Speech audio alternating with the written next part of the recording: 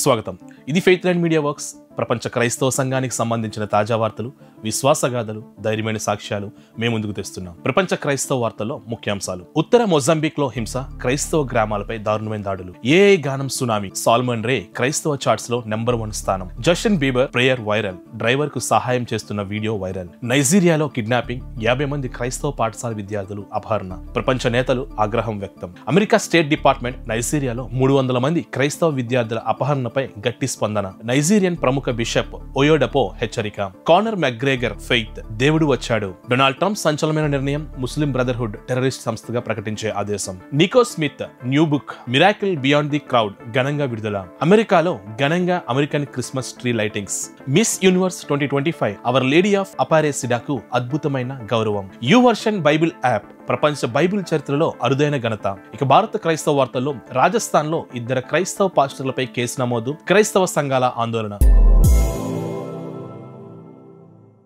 ప్రపంచ క్రైస్తవ వార్తల్లో మొట్టమొదటి న్యూస్: ఉత్తర మొజాంబిక్ నవంబర్ 10, 2025 స్థలం మెంబా పట్టణం, నంపులా ప్రావిన్స్. ఉత్తర మొజాంబిక్ సహజ గాలి, తెల్లని బీచ్లు, సముద్ర తీర ప్రాంతం, సంస్కృతితో ప్రసిద్ధి చెందిన అందమైన ప్రకృతితో కూడిన దేశం. 2025 నవంబర్ 10 రాత్రి నుండి మెంబా పరిధిలో ఉగ్రదాడులు మొదలయ్యాయి. గ్రామస్తులు అసాధారణ ఆత్మీయ భయంతో నడిచారు. ISMP అనే ఉగ్రవాద టీములు ఒక్కసారిగా దాడి చేసి భయభ్రాంతికి గురిచేశాయి. నివేదికల ప్రకారం మొత్తం 4 క్రైస్తవులు హతమయ్యారు. వారిలో ఒకరి తలను శిరశ్ఛేదం చేశారు. పలు చిన్న చర్చ్, చాపెళ్లు ధ్వంసమయ్యాయి. అనేక గృహాలు, రైతుల ఆస్తులు దహింపబడ్డాయి.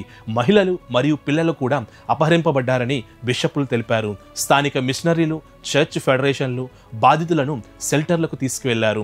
UN గణాంకాల ప్రకారం సుమారు 128,000 మంది ఒకే వారంలో ఆ గ్రామాన్ని విడిచి పారిపోయారు. ఆర్థిక కార్యకలాపాలు తీవ్రంగా నిలిచిపోయి కుటుంబాల రోజువారీ జీవనాధారం దెబ్బతింది. అంతర్జాతీయ సహాయ సంస్థలు అత్యవసర సహాయం పంపడం ప్రారంభించాయి. స్థానిక చాపెళ్లు ఆశ్రయ కేంద్రాలుగా మారాయి. బాధింపబడిన వారిలో యేసుపై విశ్వాసం మరింత బలపడింది. ప్రపంచ మిషనరీ నెట్వర్క్లు సహాయం కోసం పిలుపుని ఇచ్చాయి.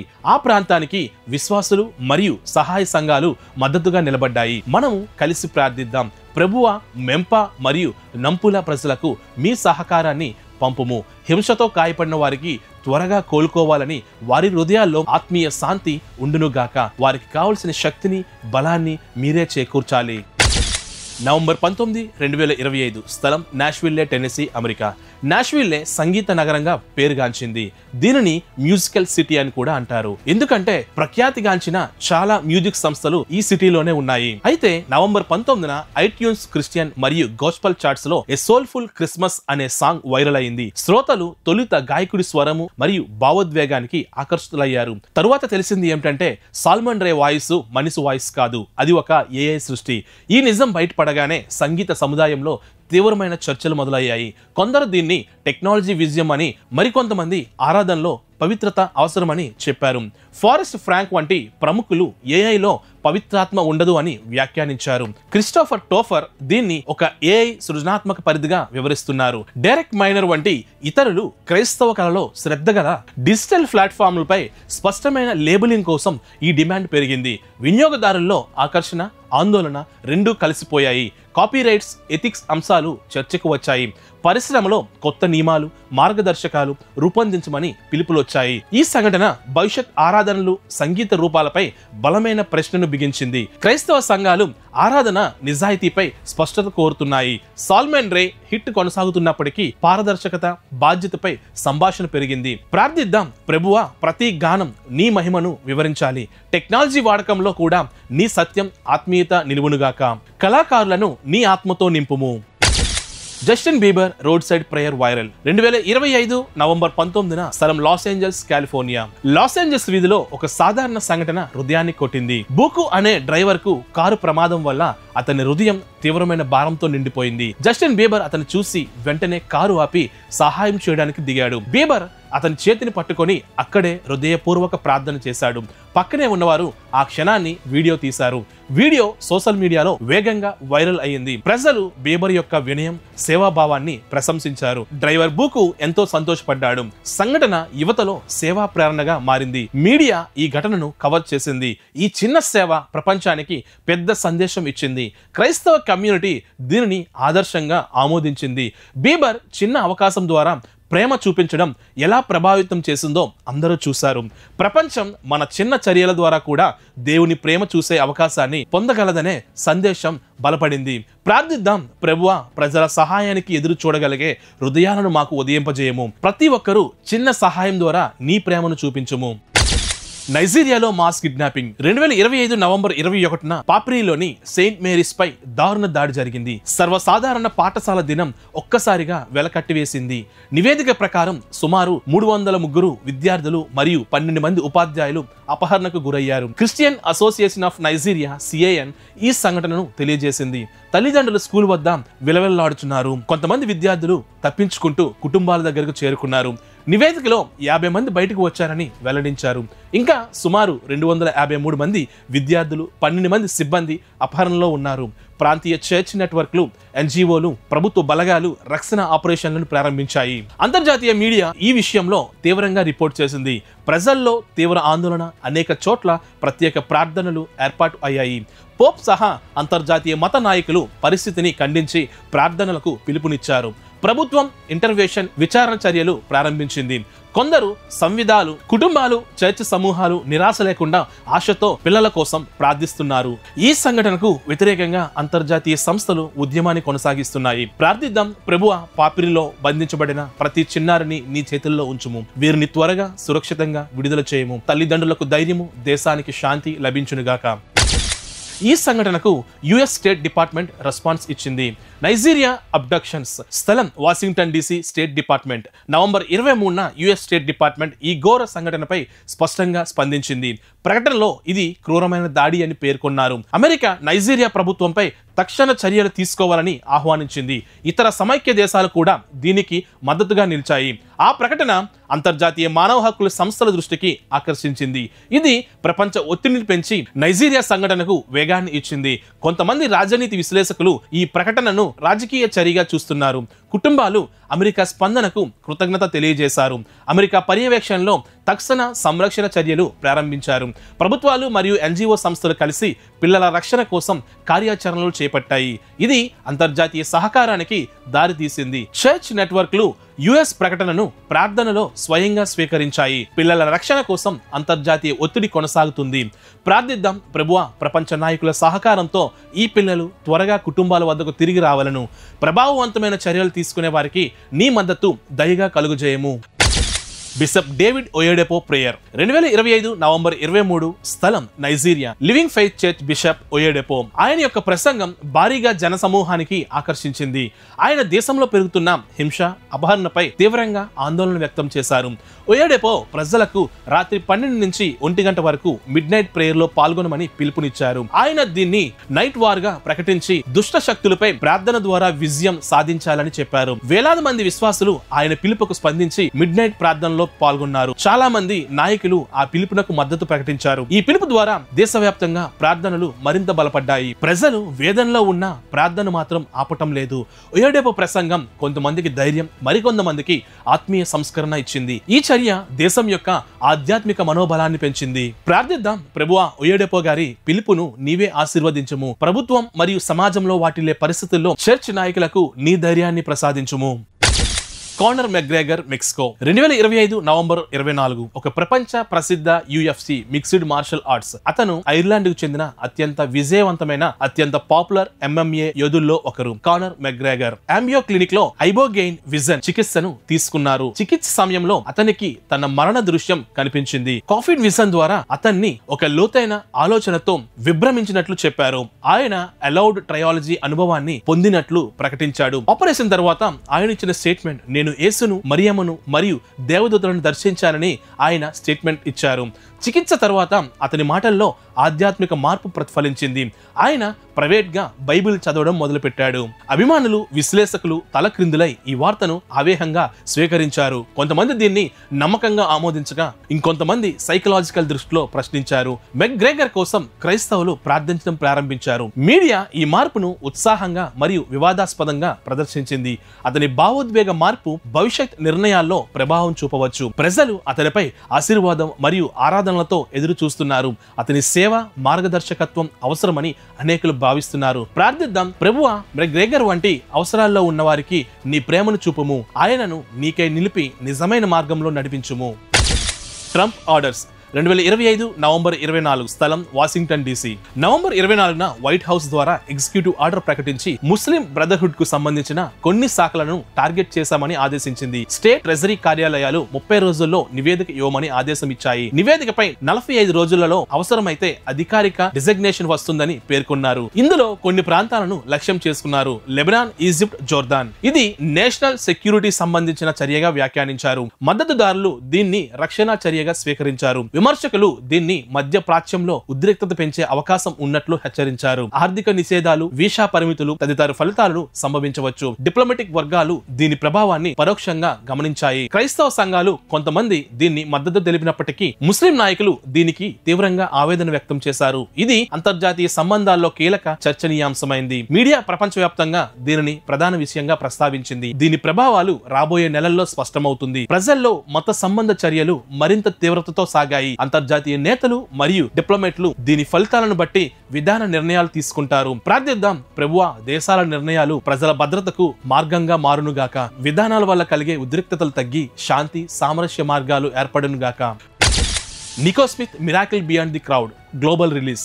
నవంబర్ 24న నికో స్మిత్ రచించిన మిరాకిల్ బియాండ్ ది క్రౌడ్ ప్రపంచవ్యాప్తంగా విడుదలైంది. పుస్తకం అనేక వ్యక్తిగత అద్భుత సాక్ష్యాలను పంచుకుంటుంది. విడుదలతో పుస్తకం క్రైస్తవ పాఠకుల్లో ప్రభావం చూపింది. చర్చిల్లో స్టడీ గ్రూపులు ఏర్పడినట్లు వివరాలు వచ్చాయి. వ్యాస పత్రికలు, బ్లాగర్లు దీనిని ప్రశంసించారు. మిషనరీలు దీని ప్రజారోహణ సాధనంగా ఉపయోగిస్తున్నారు. ఆన్లైన్ ఆర్డర్లు వరుసగా పెరిగాయి. యువత ఇందులోని సాక్ష్యాలతో ప్రేరణ పొందుతున్నారు. పాఠకుల్లో విశ్వాసం పెరిగినట్లు అనేక ఫీడ్బ్యాక్స్ వచ్చాయి. పుస్తకం ఆధ్యాత్మిక చర్చలకు మరింత ఇంధనాన్ని జోడించింది. ప్రచార కార్యక్రమాలు, రచయిత ఇంటర్వ్యూలు ప్రపంచవ్యాప్తంగా సాగాయి. ఈ పుస్తకం ద్వారా ప్రజల్లో ఆశ, నమ్మకం మరింత పరిమళించింది. పుస్తక ప్రభావం చాలా చోట్ల ఆధ్యాత్మిక పునరుజ్జీవనానికి దారితీస్తుంది. ప్రార్థిద్దాం. ప్రభువా, ఈ పుస్తకాన్ని చదివిన వారికి నీ అద్భుతాలను నేరుగా అనుభవించే అవకాశం ఇవ్వము. అది వేలాది మంది విశ్వాసులకు ఆశ, బలం కలిగించి నీ మహిమను ప్రకటించునుగాక. All American Christmas tree lightings Washington DC 2025. Washington DC America రాజధాని. చరిత్ర, సంస్కృతి, ప్రభుత్వ వైభవం కలిగి ప్రతిబింబించే నగరం. డిసెంబర్ 24, 2025 రాబోయే క్రిస్మస్ వేడుకలకు సిద్ధమవుతుంది. వేలాది మంది కుటుంబాలు, విశ్వాసులు ఈ వేడుకకు హాజరవుతారు. కార్యక్రమంలో క్రైస్తవ గీతాలు, ప్రార్థనలతో ప్రత్యేక సందేశాలు పంచబడతాయి. ఈ యొక్క అందమైన లైటింగ్స్ లో పిల్లలు, పెద్దలు ఎంతో సంతోషిస్తారు. ప్రత్యేకంగా పిల్లలు పాడిన గీతాలు వేదికలో వినిపిస్తాయి. పాస్టర్లు, కమ్యూనిటీ లీడర్లు కలిసి యేసు జనన సందేశాన్ని పంచుకుంటారు. సంఘాలు అన్ని కలిసి ఐక్యమత్యంతో ఈ వేడుకను జరుపుకుంటారు. పేదలకు సేవ ఈ కార్యక్రమం ద్వారా నిర్వహిస్తారు. కార్యక్రమం ప్రపంచ మీడియాతో ప్రత్యక్ష ప్రచారమై అందరి హృదయాలకు సంతోషాన్ని ఇస్తుంది. కార్యక్రమం వల్ల సీజన్ స్పిరిట్ మరింత బలపడుతుంది. ఇది క్రిస్మస్ సీజన్ ప్రారంభానికి ఒక పవిత్ర చిహ్నంగా మారిపోతుంది. ప్రజలు ప్రేమ, సాంఘిక భాగస్వామ్యంతో గడుపుతారు. ఆ రోజు స్థానిక చర్చ్ నేతలు ఆశీర్వాద ప్రసంగాలు చేస్తారు. వారాంతపు వేడుకల్లో ప్రజల్లో ఆశ నింపాలి. వేడుకలు ముగిసే సమయానికి ప్రజలు ఆశీర్వాదంతో ఇంటికి తిరిగి వెళ్లాలని ప్రార్థిద్దాం. ఈ క్రిస్మస్ వేడుకల ద్వారా యేసు ప్రేమ ప్రతి గుండెలో ప్రకాశించునుగాక. ప్రతి వ్యక్తిలో నీ శాంతి, నీ ప్రేమ, నీ కరుణ నిలుచునుగాక. మిస్ యూనివర్స్ 2025లో అవర్ లేడీ ఆఫ్ అపైరెసిడాకు అద్భుతమైన గౌరవం. తేదీ నవంబర్ 20, 2025. స్థలం మెక్సికో. ప్రపంచం మొత్తం కళ్ళు పెట్టి చూసే మిస్ యూనివర్స్ వేదిక. సౌందర్యం, సంస్కృతి, ప్రతిభ ఆల్ ఇన్ వన్ ప్లేస్. కానీ ఈ సంవత్సరం అక్కడ ఒక అద్భుతమైన ఆత్మీయ క్షణం చోటు చేసుకుంది. మెక్సికో సిటీ ప్రకాశవంతమైన కాంతుల్లో వెలిగే మిస్ యూనివర్స్ నేషనల్ కాస్ట్యూమ్ కార్యక్రమం జరుగుతుండగా ఒక క్షణం మొత్తం స్టేడియం నిశ్శబ్దంలోకి జారుకుంది. స్టేజ్ పై నడుస్తూ వస్తున్నది బ్రెజిల్ ప్రతినిధి మెరీనా గ్యాబ్రియల్.